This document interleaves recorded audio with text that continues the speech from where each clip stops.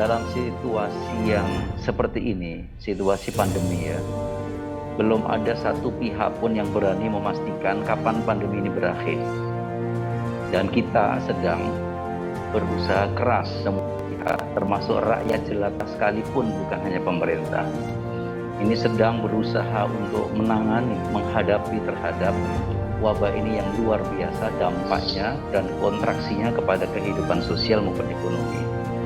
Oleh karena itu, concern pemerintah dan juga anggota MPR sedianya melakukan satu hal yang menjadi kepentingan terpenting pada saat dirasakan oleh rakyat itu sendiri.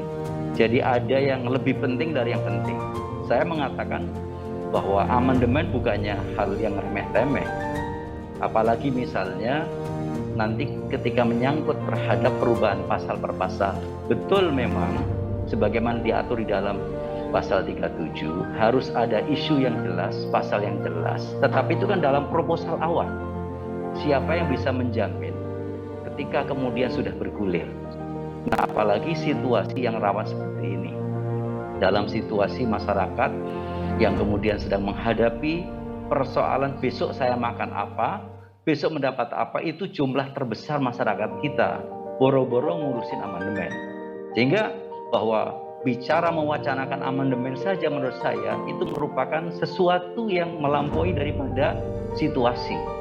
Jadi tidak relevan itu. Yang pertama, yang kedua, ketika membicarakan tentang persoalan tentang pokok-pokok haluan negara. Memang ini persoalan, saya ketika tahun 2014-2019, saya juga aktif di lembaga pengkajian MPR, bukan badan pengkajian MPR.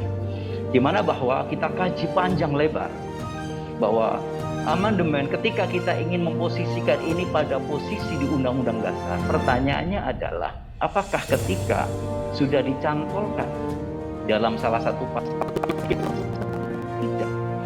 Karena itu bahwa yang akan berkuasa ketika GPHN itu menjadi punya gigi yang kuat ketika sistem ketatanegaraan kita ini sudah bukan lagi berbasis kepada konstitusi, tetapi akan berubah menjadi berbasis kepada kelembagaan.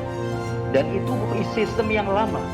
Kenapa kemudian pemerintahan yang lama sebelum orde reformasi, orde baru dan orde lama itu MPR begitu sangat full power?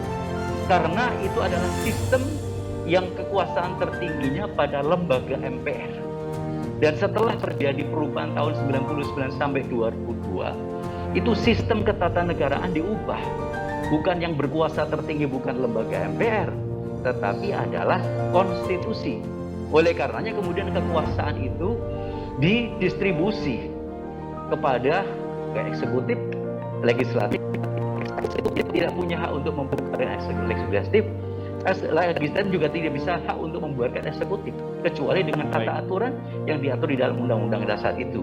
Dan yang ketiga, dengan demikian bahwa ketika usulan itu bahwa nanti ketika dengan alasan pokok-pokok haluan negara ketika sudah masuk ke dalam undang-undang, lalu kemudian di dalam Undang-Undang Dasar, maka kemudian akan memiliki kekuatan tersendiri, itu tidak serta-merta. Karena kemudian faktanya tidak demikian. Dan yang paling terakhir menurut saya, bahwa mengubah undang-undang dasar itu kan bukan seperti mengubah undang-undang. Kalau undang-undang mungkin setiap periode bahkan setiap tahun DPR bisa kewenangan punya membuka atau merubah. Tetapi ketika undang-undang dasar ini merupakan sesuatu yang menjadi payung segala undang-undang. Karena itu tidak mungkin ketika kita mengundang-undang ini baru hampir 20 tahun. Ketika 2022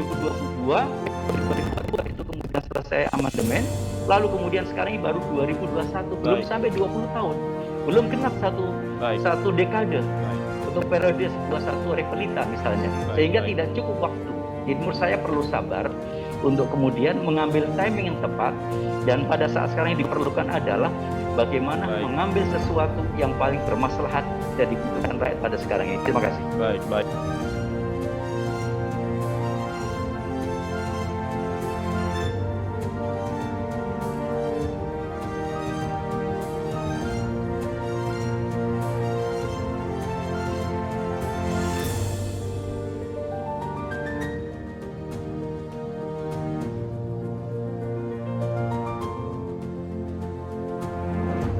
pertama, saya kira kalau wacana itu kan masih pada tataran personal. Tetapi ketika sudah disampaikan sebagai lembaga MPR, itu yang menjadi masalah di masyarakat. Masyarakat menganggap dan melihat bahwa itu merupakan permusyawaratan rakyat, padahal tidak gitu. Ini harus dibedakan. Sehingga keberadaan apa yang disampaikan Ketua MPR dalam pidato resminya itu yang kemudian menurut saya perlu dikoreksi. Tidak demikian halnya. Seperti Pak Rasul ketika menyampaikan dalam konteks sebagai pembicara, sah-sah saja saya kira. Tapi ketika nanti beliau misalnya sebagai Ketua MPR, Ketua MPR, lalu kemudian menyampaikan dalam forum resmi, saya pikir itu berbeda dengan keberadaan ketika diwawancari wartawan. Itu yang pertama. Yang kedua, memang kemudian sebagaimana tadi sampaikan Mbak Bivitri, itu ada alasan-alasan konstitusional untuk kemudian melakukan amandemen untuk perubahan Undang-Undang Dasar. Nah, kalau Undang-Undang Dasar yang sudah kita rubah, yang prosesnya mulai 99 sampai 22, itu satu perubahan dalam satu paket ya. Itu kemudian kan belum punya umur sampai 20 tahun. Dan kalau kita mengacu terhadap proses pembangunan kita, itu kan rata-rata 25 tahun. Nah, sehingga belum cukup untuk dievaluasi. Meskipun secara pribadi saya melihat ada beberapa klausul, ada beberapa pasal memang perlu perbaikan. Tetapi persoalan yang paling mendasar yang kita rasakan sekarang ini sebenarnya persoalan bukan di undang-undang dasarnya, tetapi di undang-undang organik. Disinilah peran DPR, disinilah peran masyarakat untuk mengontrol.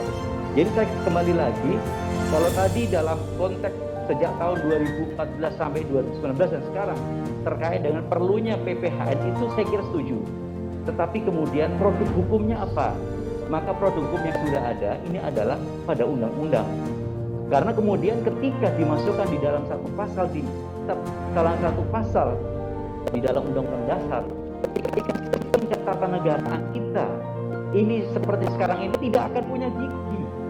Oleh karena itu, boleh jadi bahwa ini menjadi trigger untuk merubah sistem ketatanegaraan yang berbasis atau yang kemudian dulu itu adalah kekuasaan tertinggi di Majelis Permusyawaratan Rakyat, lalu kemudian direformasi bahwa kekuasaan tertinggi itu di konstitusi, nanti akan berubah kembali pada yang lama.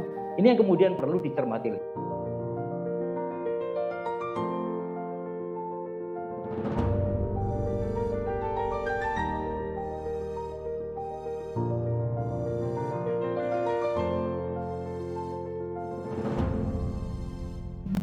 Iya, jadi saya pikir itu yang kemudian kita cermati bersama, sehingga kita bisa melihat bahwa sesungguhnya produk atau payung hukum atau kemudian produk hukum yang diinginkan untuk atau memberi tentang PPHN tadi itu sebenarnya cukup kemudian di dalam undang-undang, karena persoalan-persoalan masalah ekonomi, persoalan tentang masalah kesenjangan ekonomi, itu semua persoalannya bukan di Undang-Undang Dasar, tapi persoalannya ada di Undang-Undang Organik.